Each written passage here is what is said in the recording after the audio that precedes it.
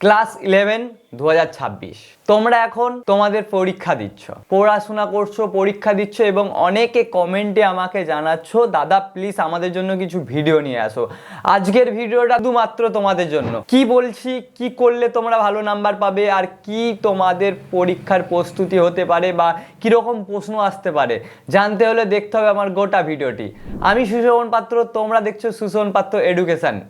এরকমই informative video পাওয়ার জন্য আমার চ্যানেলটিকে এখনই সাবস্ক্রাইব করো আর পাশে থাকা বেল আইকনটি দাবিয়ে অল করে দাও যাতে একটা ভিডিও না মিস হয়। এইটা তোমার সেই সকল বন্ধুদের সাথে শেয়ার করো যারা সাজেশান খুঁজছে বা কিভাবে পরীক্ষা দিবে বুঝতে পারছে না বা তারা ভাবছে হয়তো আমি ফেল করে যাব। তো আমি প্রথমে বলবো ওয়েস্ট বেঙ্গলের 10,000-এর বেশি স্কুল আছে, সেখানে প্রশ্নের মান প্রত্যেকটা স্কুলে আলাদা আলাদা, একদমই হবে না।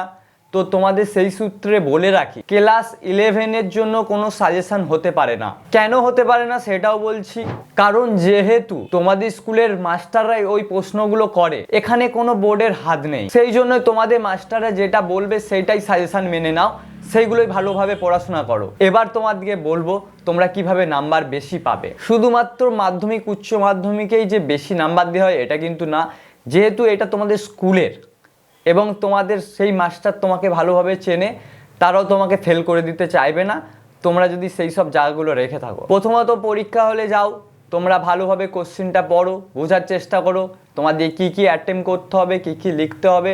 যেগুলো পারবে সেগুলো প্রথমে আন্ডারলাইন করো, যেটা অল্প অল্প পারবে সেটাও আন্ডারলাইন করো, আর যেটা একদমই পারবে না সেটাও মার্ক করো। প্রথম পয়েন্ট, 1 ঘন্টার মধ্যে চেষ্টা করো তুমি যেই প্রশ্নগুলো জানো সেগুলো লিখে ফেলার। সেকেন্ড স্টেপ, এবার তুমি করবে যেগুলো তুমি অল্প অল্প জানো সেগুলো লিখে ফেলার চেষ্টা করবে। থার্ড পয়েন্ট, যেগুলোর প্রশ্নের উত্তর তুমি একদমই জানো না, নেক্সট কিছুটা টাইম বাঁচিয়ে সেটাতে 1 লাইন 2 লাইন করে যা হোক কিছু না কিছু লিখে আসবে, সেটা যাই হোক না কেন সেই রিলেটেড অন্তত কিছু লেখার চেষ্টা করবে, একদমই উল্টোপাল্টা লিখে দিও না। হয়তো তোমার বাংলা প্রশ্ন ছিল বাট তুমি ইতিহাসে সিরাজদৌল্লা নিয়ে কিছু লিখে দিয়েছো, সেখানে কিন্তু তুমি নাম্বার পাবে না। আর চেষ্টা করবে সুন্দর করে লেখার, বেশি কাটাকাটি না করার। যদি তোমরা এই স্টেপগুলো ফলো করে থাকো তাহলে দেখবে তোমরা ম্যাক্সিমাম খুব ভালো নাম্বার পেয়ে যাবে। আমি আগেও বলেছি আবার বলছি, তোমরা চেষ্টা করো খুব সুন্দরভাবে লেখার, প্রায় চেষ্টা করো সব প্রশ্নের উত্তর দেওয়ার চেষ্টা করো, কিছু না কিছু লেখো। হয়তো তুমি উত্তর জানো না বাট লেখো, কারণ ওখান থেকে মাস্টারমশাই যদি দেখে তোমার খাতাতে কোনোভাবে 1টি নাম্বার কম হচ্ছিল, ওইখানে যেহেতু তুমি উত্তর জানো না বাট কিছু না লিখেছো, সেখানে 1 নাম্বার দিয়ে তোমাকে পাস করে দেওয়া হবে। এবার কথা হচ্ছে তুমি যদি খুব ভালো লেভেলের স্টুডেন্ট হও তো কোনো কথাই নেই। আগেও বলেছি তোমাদের জন্য কোনো সাজেশান হয় না, তোমাদের মাস্টারমশাই, স্কুলের মাস্টারমশাই যেটা বলবে সেটাই কিন্তু তোমার জন্য সাজেশান।